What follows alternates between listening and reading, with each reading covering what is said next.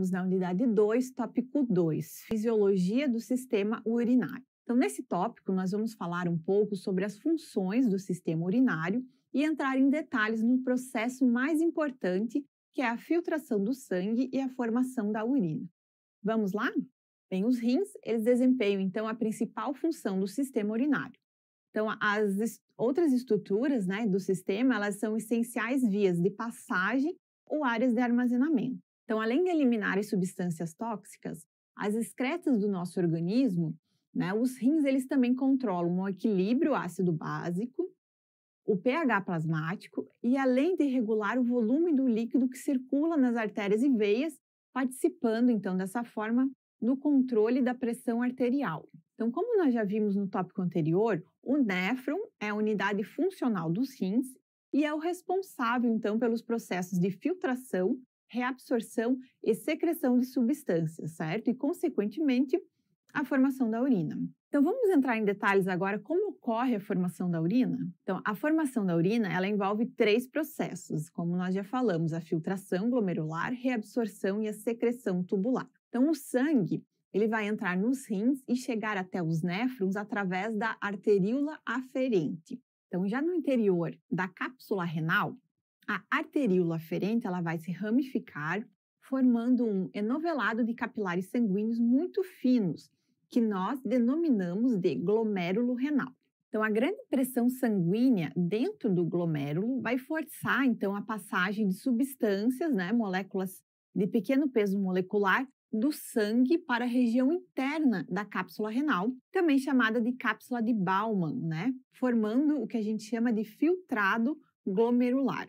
Então, como esse processo ele não é seletivo, acabam passando então todas as moléculas de substâncias pequenas, como a gente pode citar a glicose, os sais minerais, hormônios e vitaminas, ficando retidas então as macromoléculas, como as proteínas e algumas células, como hemácias e plaquetas, por exemplo. Porém, muitas dessas substâncias elas são importantes e não podem ser eliminadas junto com a urina. Por isso, conforme o filtrado vai passando pelos túbulos renais, então, na região do túbulo contorcido proximal, grande parte da água e de algumas substâncias passa novamente dos túbulos para os vasos sanguíneos, que estão envolvendo aí os túbulos renais. Então, ocorre aqui o processo de reabsorção de nutrientes, como glicose, sais, vitaminas e aminoácidos. Então, para que essa reabsorção de solutos aconteça do ultrafiltrado novamente para o sangue, então é necessário aqui a realização de um transporte com gasto de energia,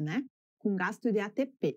Isso porque esse ultrafiltrado e o plasma, eles são isosmóticos, ou seja, a composição de solutos do filtrado e do plasma sanguíneo, elas são muito similares. Então, grande parte dessa reabsorção tubular, mais ou menos 65%, vai ocorrer no túbulo proximal.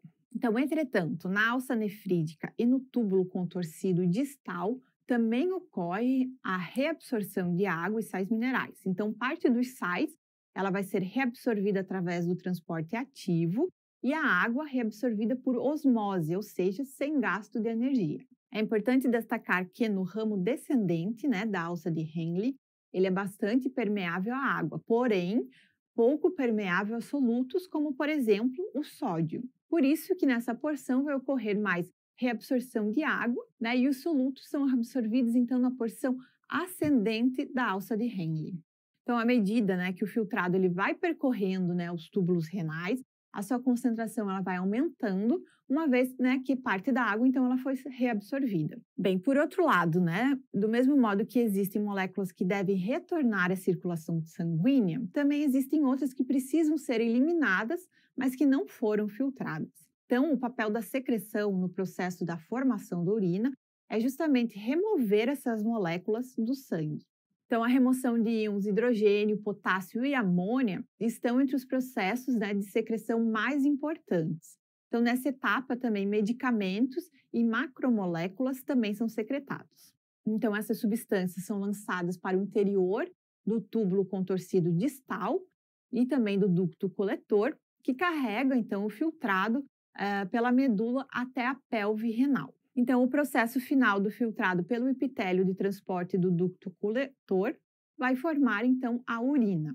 Bem, então à medida que o filtrado ele passa, né, pelo epitélio de transporte do ducto coletor, o controle hormonal da permeabilidade, né, e do transporte vai determinar até que ponto a urina vai se tornar concentrada. Então vamos ver quais são os hormônios e como eles regulam então a concentração e a formação da urina. Então a reabsorção tubular ela é controlada por mecanismos hormonais, ou seja, através de hormônios que vão atuar na permeabilidade das membranas celulares dos túbulos renais. Então, nós temos dois principais hormônios que estão envolvidos nesse processo, que são a aldosterona e o ADH, ou também conhecido como hormônio antidiurético, né? Ou vasopressina. Então, a aldosterona ela é um hormônio produzido pelas glândulas suprarrenais e a sua função é aumentar a reabsorção ativa de sais minerais como o sódio e o cloreto. Então, com isso, o sangue fica mais concentrado, né, e por osmose vai puxar a água do túbulo para a corrente sanguínea, então acarretando aí em um aumento da pressão arterial. Já o ADH, que é o hormônio antidiurético, ele é produzido pelo hipotálamo e liberado pela região posterior da hipófise, né, que a gente chama de neurohipófise. Então, quando o ADH é lançado na corrente sanguínea, ele passa a atuar nos túbulos renais, tornando as células tubulares mais permeáveis à passagem de água. Então, esse hormônio vai aumentar a capacidade de reabsorção tubular. Com isso, a urina ela torna-se menos diluída, porque seu volume então vai diminuir e a sua concentração vai aumentar. Um fato interessante aqui é que as bebidas alcoólicas, por exemplo, elas vão inibir a produção do ADH. Isso vai aumentar o volume de urina, né, deixando-a mais diluída. Consequentemente, a pessoa tem mais vontade de urinar. Acadêmico. Então, nesse tópico, nós vimos as principais funções do sistema urinário, falamos também do processo de formação da urina. Eu desejo a vocês bons estudos e até a próxima.